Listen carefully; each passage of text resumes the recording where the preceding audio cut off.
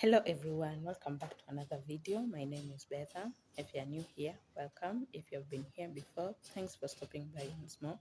So in today's video, I just wanted to show you guys how I make my customized ombre braids or just customized color braids. And I just wanted to mix, and I'll be mixing number 30, 27, and 33.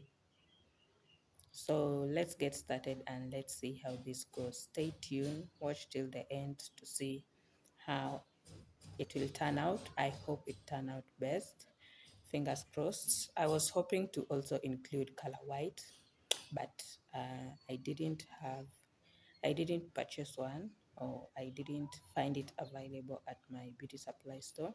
So I'm missing color white and I wish I had it, but we are going to use what we have. And actually it's going to be my first time doing the extra long braids, and I'll try and do a U part wig so that I avoid actually attaching the long extensions on my hair. So I'll do actually something like a U part wig, then at the edges is where I'll just attach my individual braids so that I can be able to hold back my hair on a half up, half down, or on a ponytail. So stay tuned for the video. If you like this content, please remember to like, share, and subscribe.